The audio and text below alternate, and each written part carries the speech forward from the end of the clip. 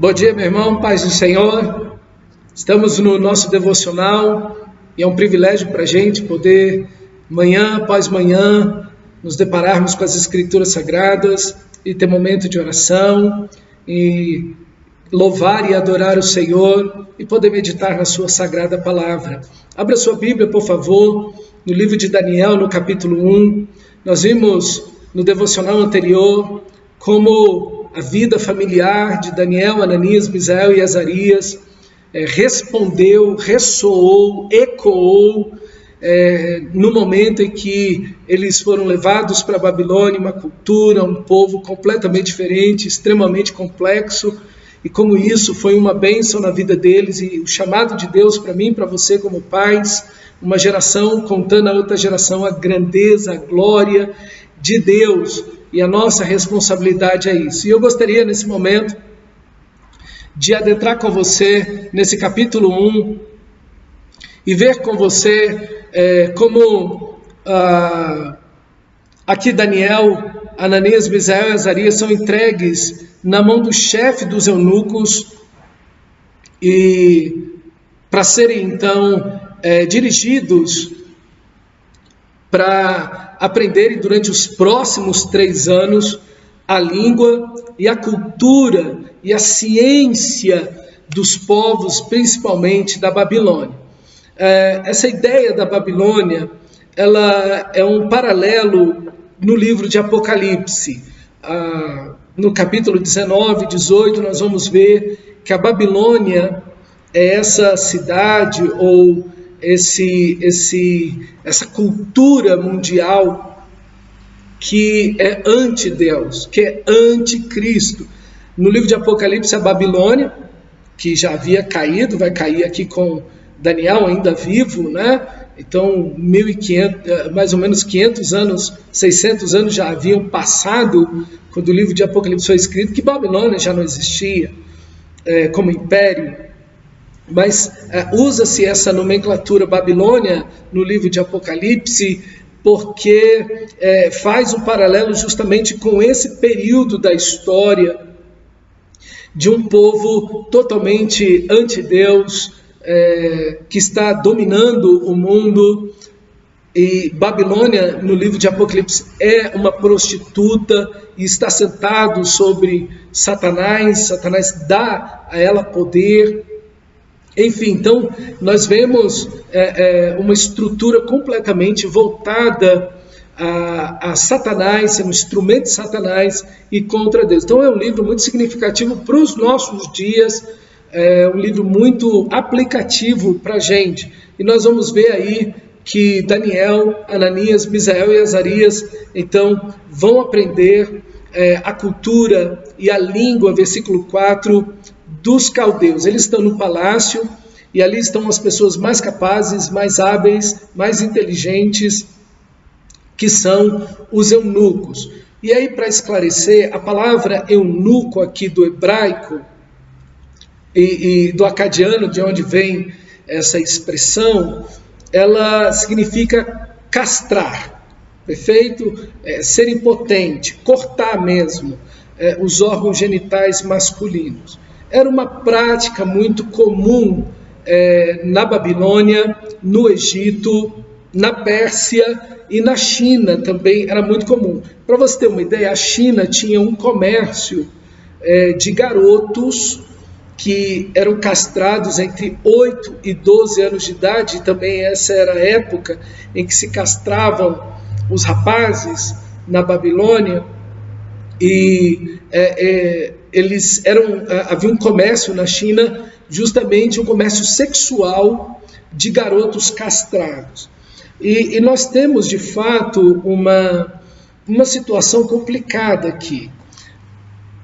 Há a grande probabilidade, segundo os estudiosos, e o próprio Flávio Joséfo, que foi contemporâneo do apóstolo Paulo, que escreveu a Guerra dos Hebreus, Antiguidades, enfim, ele atesta, ele afirma que Daniel e seus amigos foram de fato castrados. Essa expressão eunuco, que de fato significa castrar, também era usado para oficiais que não eram castrados. Então há uma chance, ainda que pequena, de que Daniel e seus amigos não tenham sido castrados. Mas a grande probabilidade é que tenham sido castrados, por vários motivos. Primeiro, eram prisioneiros de guerra. E era muito comum eles fazerem isso com prisioneiros de guerra. Por quê? Porque prisioneiros de guerra eram pessoas revoltadas. E quando essas pessoas eram castradas, ainda quando homens, isso tirava muito da força física desse homem. Então diminuía a resistência. Segundo, eles tinham um mito na cabeça deles de que pessoas castradas poderiam se tornar mais inteligentes. Terceiro, eles viam que pessoas que eram castradas eram mais dóceis, homens castrados eram mais dóceis, mais obedientes e menos ambiciosos, porque como eles não tinham filhos e família, então eles não tinham grandes ambições de possuir muito dinheiro. Outra coisa é que no palácio a circulação de muitas mulheres no harém, e era muito difícil controlar uma situação dessa. Esse uso dos eunucos era muito comum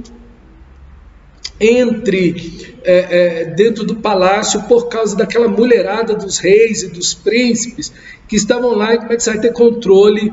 E para você ter certeza que os filhos nascidos dessas mulheres, dessas princesas, enfim, era um uso único dos reis e dos príncipes, então se castravam essas pessoas.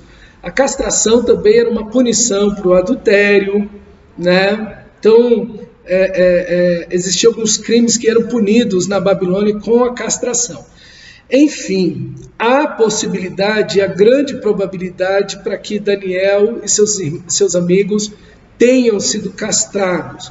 E existe um outro elemento aqui, que culturalmente havia na Babilônia, também no Egito e na China, na Pérsia também, e que a gente não consegue enxergar, é que quando você castra, quando um menino de 8 a 12 anos de idade era castrado, ele não era nenhum homem e ele não era nenhuma mulher. Ele era uma indefinição. Seu corpo, sua aparência, sua textura de pele, tônus muscular, voz, tudo isso era extremamente modificado pela castração. E havia, sim, o homossexualismo nesse ambiente aí. Isso não quer dizer que toda pessoa castrada se tornava homossexual. Não é isso, tá? Mas existia aí um comércio, inclusive um uso de eunucos assim. Mas não quer dizer que todos os eunucos... Não tem nada a ver com isso, uma ligação. Mas para clarear para você, porque muita gente pergunta e às vezes fica em dúvida, enfim, então estou dando esse panorama para você entender. Essa questão também acontecia. Então, o que provavelmente aconteceu, ninguém pode bater o martelo dizendo que sim ou que não, mas a grande chance é que, infelizmente, né, Daniel e seus amigos tenham sido eunucos, tenham sido feitos eunucos. É uma maldade muito grande, extrema, e o povo babilônico era o povo, naquele momento, mais cruel que existia no mundo, né? Eles arrancavam a língua das pessoas, eles empalavam, né? Que é ficar a pessoa viva numa estaca, enfim, era uma crueldade, tirar a pele da pessoa enquanto viva. Enfim, eles eram um povo em extremo cruel. E fazer isso com prisioneiros de guerra para eles era a mesma coisa. Então, assim, eles não tinham nenhum tipo de compaixão, de pena, de nada. Então, o que nós temos aí é uma situação muito complicada que Daniel e seus amigos se encontram. Mas o Senhor está com eles, Deus está com eles, mesmo em situações tão duras, numa cultura tão terrível. E aqui nós temos um paralelo com toda essa questão também que nós vemos hoje na cultura dos nossos dias, essa questão da indefinição sexual, também da questão do homossexualismo, que está aí todo lado e ponto golpeando, e a igreja não sabe muito bem o que fazer, né, com essa questão do homossexualismo, simplesmente categorizam como um pecado máximo, enfim, e não é verdade. Nós vamos ver na Bíblia que primeiro vem o adúltero e depois os efeminados, em 1 Coríntios, capítulo 6, então não existe uma distinção, não, o adúltero é menos ruim do que o homossexual, de jeito nenhum, biblicamente falando, nenhum deles é do reino de Deus. Então não existe essa ideia aí de que o pecado de adultério é menos grave que o homossexualismo, de fato, de ponto nenhum, biblicamente falando, está tudo no mesmo.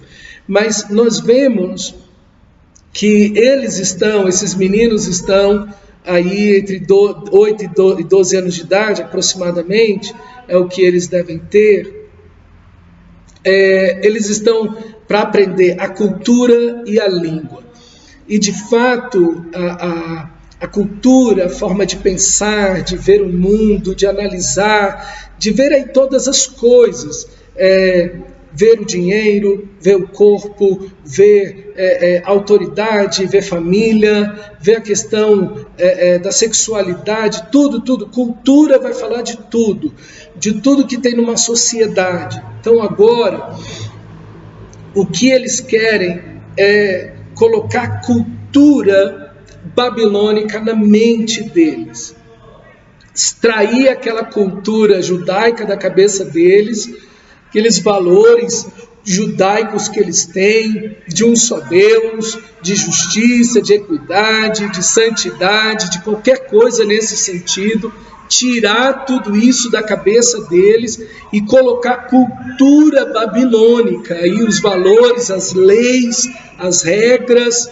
toda a intenção e cultura babilônica na cabeça desses meninos. Por isso que eles pegavam meninos muito novos, ainda maleáveis, ainda abertos a aprender um novo idioma, aprender uma outra cultura. Então eles colocavam aí pessoas bem mais novas o possível, para justamente inculcar na cabeça desses meninos uma nova cultura. E de fato, aqui é uma batalha que os nossos filhos enfrentam, nós também enfrentamos, mas os nossos filhos e netos, crianças e adolescentes, são os valores cristãos e os valores mundanos que tem na nossa cultura. Uma cultura hipersexualizada, uma cultura dos prazeres, uma cultura da violência, né? Violência que vem por meio da música, e a sexualidade errada também, que vem por meio de música, jogos, vídeos, redes sociais, enfim, um bombardeio na cabeça dos nossos filhos e adolescentes e crianças. Por exemplo, conversando certa vez com um grupo de adolescentes, eles disseram para mim: não, pastor, eu não vejo nenhum problema na homossexualidade. E são adolescentes, são jovens de dentro de igreja. Mas eles falam: pastor, isso é tão comum. A gente vê isso no recreio, lá nos intervalos, os meninos beijando meninos, meninas beijando meninas e tudo. E de fato é isso. Quando eu vou dar aula em alguma escola, ensino médio, você fica, entendeu? Assim, fala: meu Deus, que isso? E você não vê adultos ali para poder dizer: gente, olha, né, vamos lá, aqui não é um ambiente, você está se agarrando, seja menino com menino, menina com menina, ou um menino com uma menina, né? Não é por simplesmente isso, mas de um modo geral, não existe ninguém, fumam, usam droga, enfim. Então, na cabeça dos nossos filhos e adolescentes e jovens, o consumo de maconha, a homossexualidade, nada disso parece ser para eles pecado. Eles não veem isso como um pecado. O beber, o fumar, usar droga, enfim, eles não veem que isso é pecado, porque a cultura está bombardeando a cabeça deles de uma forma tão intensa e tão permanente, de que isso é uma coisa normal, de que o que importa é o amor, dentro da linguagem aí, que eles não veem nisso pecado. Então, aqui é o bombardeio, de fato, que nós temos também com Daniel e seus amigos, e também com os nossos filhos.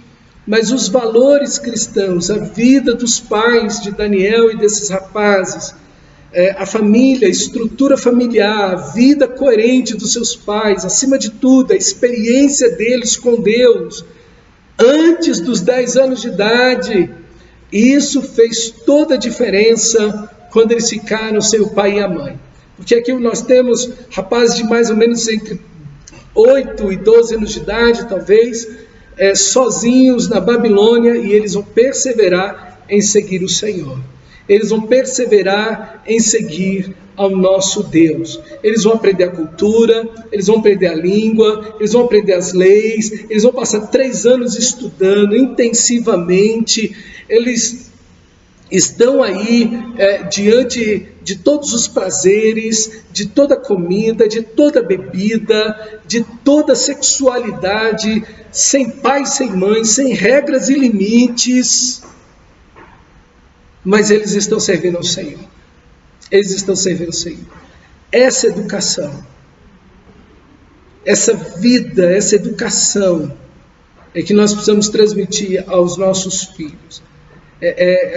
Nós temos uma infantilização crescente da sociedade ocidental.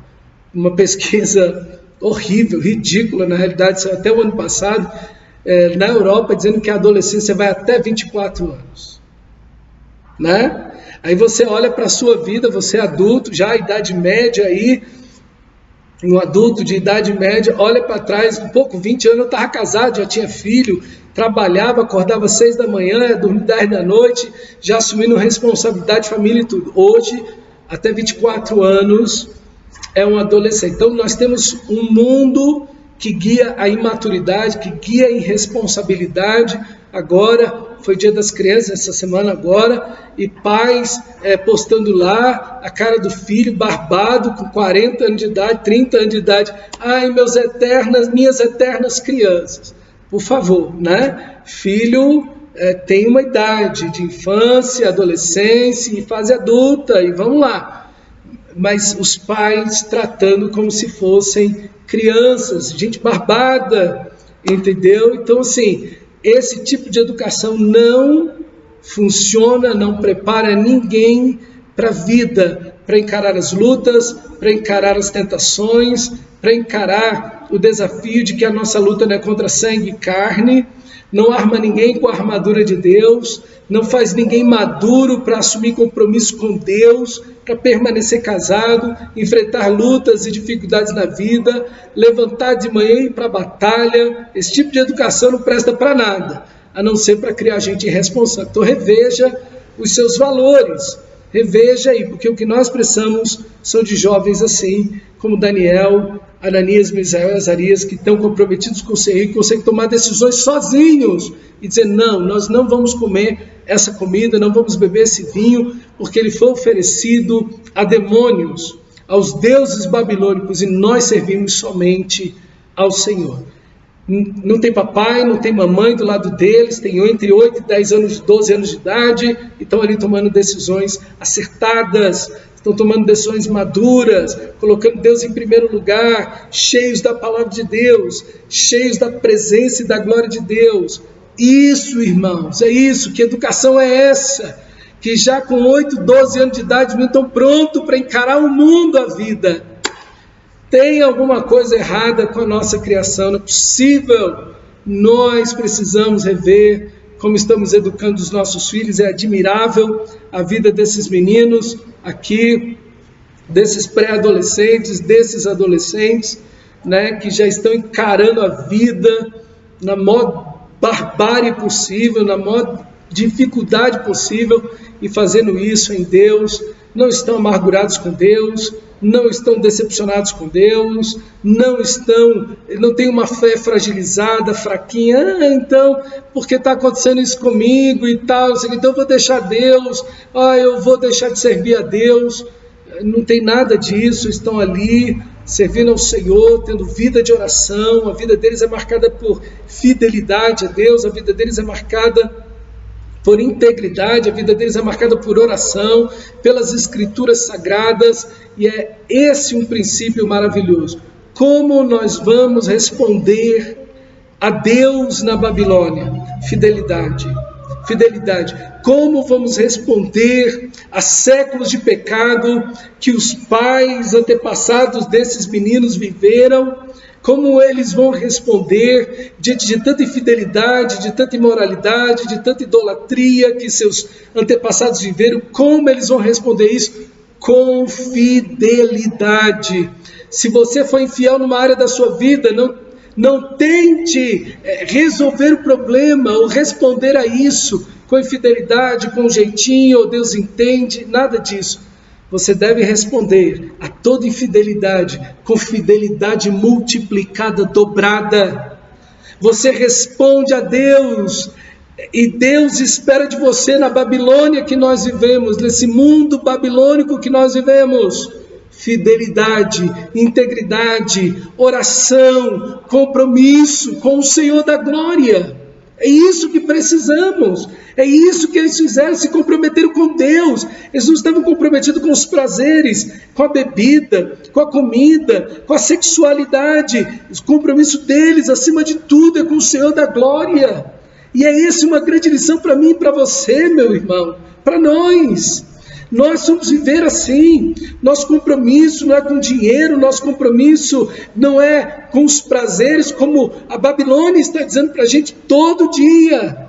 Nosso compromisso é com o Senhor, é com a vontade de Deus, é com a oração, é com a palavra. E nós não vamos nos render e nos submeter aos prazeres pecaminosos, mas vamos seguir e perseverar em seguir o Senhor, sendo fortes e corajosos, para meditar no livro dessa lei de noite, não nos desviar dele nem para a direita e nem para a esquerda, mas ser forte e corajoso para fazer tudo quanto nele está escrito. Isso é assim que respondemos à Babilônia, aos pecados, às tentações, aos desafios. E foi isso que eles fizeram, e Deus os abençoou. Deus os fortaleceu. Deus multiplicou a inteligência. Deus abençoou a vida deles.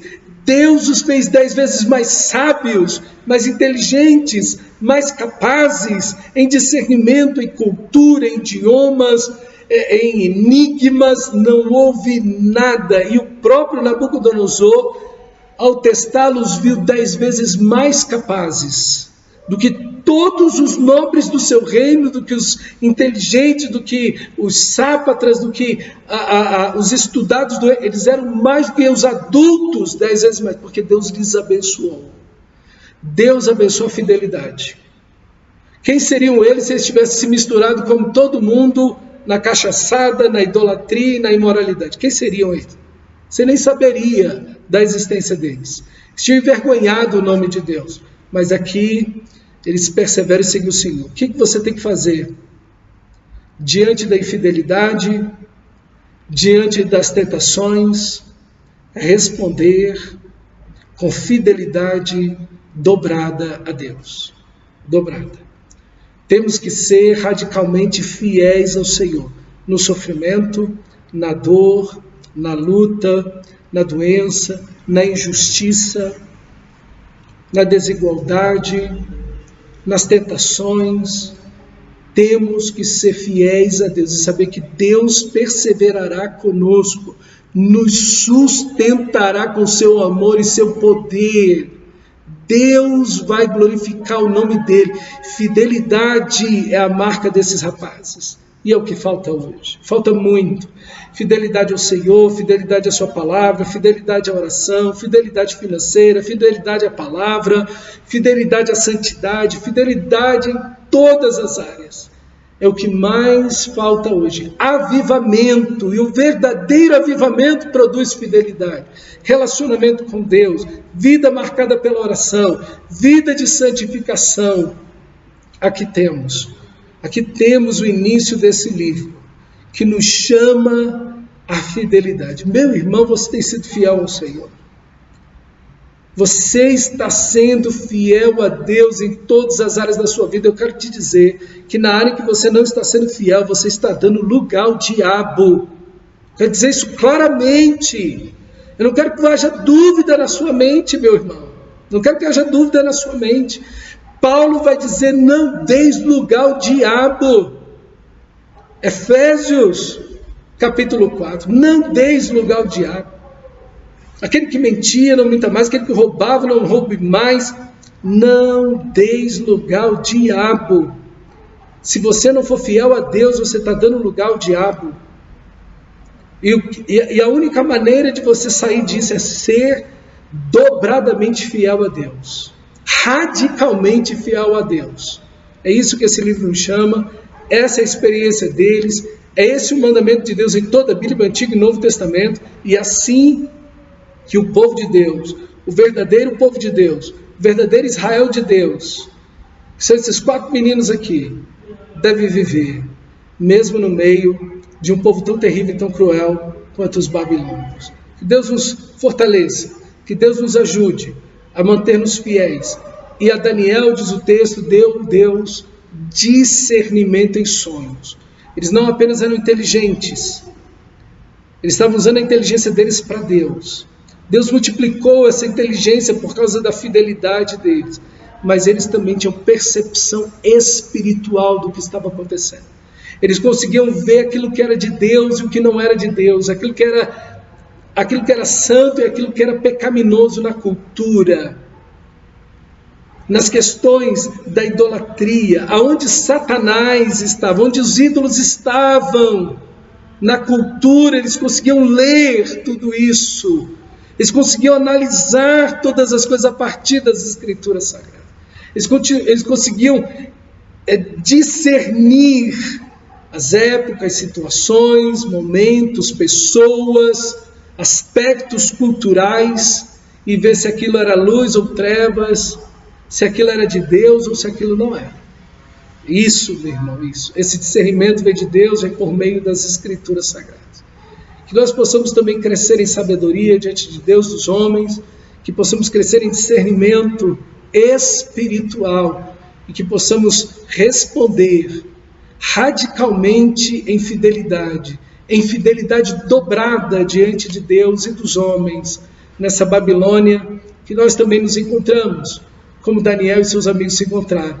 Possamos responder a Deus e ver o nome de Deus em nós sendo glorificado. E não pense que por não se lançar aos prazeres você vai perder.